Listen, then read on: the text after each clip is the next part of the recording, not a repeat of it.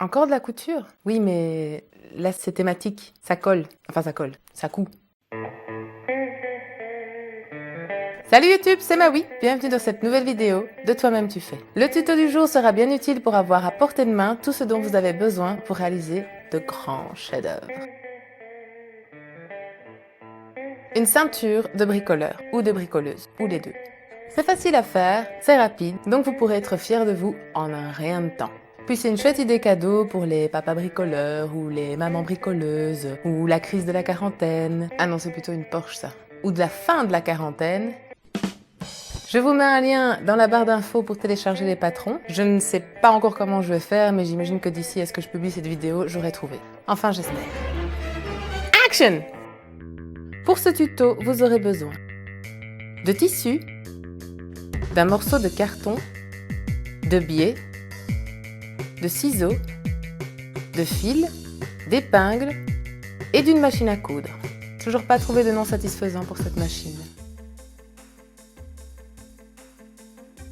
On découpe le tissu selon les patrons ainsi que le morceau de carton. On obtient donc un morceau de carton qui servira à renforcer le corps de notre ceinture de bricolo, 2 morceaux de corps en tissu, une grande poche et une petite poche. Le morceau en carton doit être pré-plié vers l'arrière selon les repères. On commence par les poches. Sur les deux, on va accrocher un billet sur le dessus.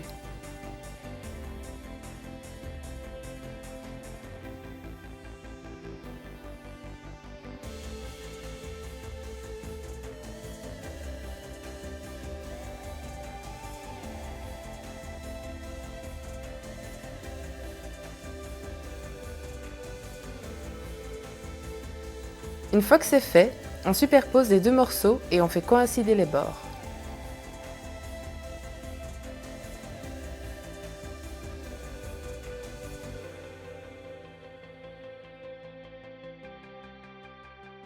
On se sert de repères qu'on a crantés pour diviser les poches en 4 parties égales. On fait une surpiqûre au milieu, uniquement à partir de la petite poche jusqu'au bord inférieur. Et une deuxième sur le côté droit. On récupère un des morceaux de tissu du corps de la ceinture et on superpose nos poches sur le tissu et on fait correspondre les bords comme toujours.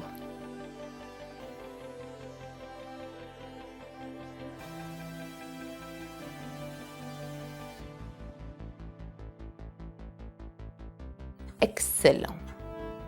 On détache la partie de gauche de la petite poche afin de pouvoir faire une surpiqûre qui maintiendra la grande poche sur le corps de la ceinture. On peut maintenant attacher définitivement la poche sur le tissu en cousant le contour.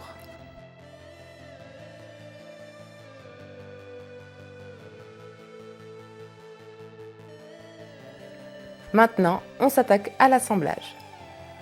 On superpose toutes nos épaisseurs, donc le tissu arrière, le carton, la face avec les poches. On les maintient avec des épingles. L'heure du biais a sonné. Il est temps d'épingler le tour complet de notre ceinture et de le coudre. Attention aux arrondis. Il vaut mieux réduire la taille du point à ces endroits un peu plus délicats.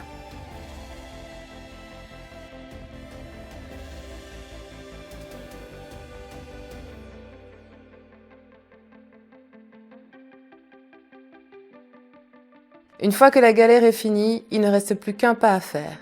Il nous faut attacher le rabat à l'arrière de la ceinture. Pour ce faire, j'ai décidé d'y mettre du biais pour faire des emplacements supplémentaires et joindre l'utile au nécessaire. Cette expression n'existe pas, j'ai vérifié.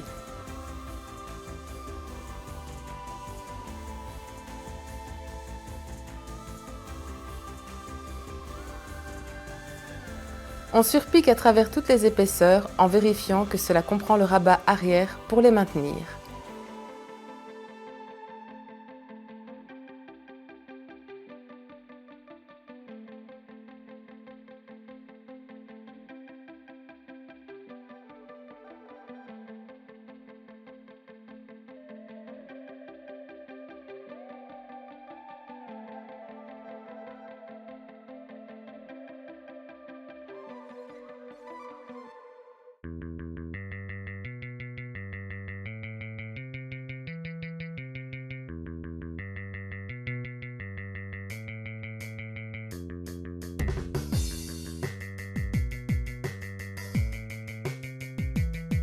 mission accomplie. Merci d'avoir regardé cette vidéo jusqu'au bout. N'oubliez pas de vous abonner si ce n'est déjà fait. Lâchez des petits coms, likez, partagez. Et on se retrouve la semaine prochaine pour un nouveau tuto. C'était Maui, c'est tout pour moi. Ciao.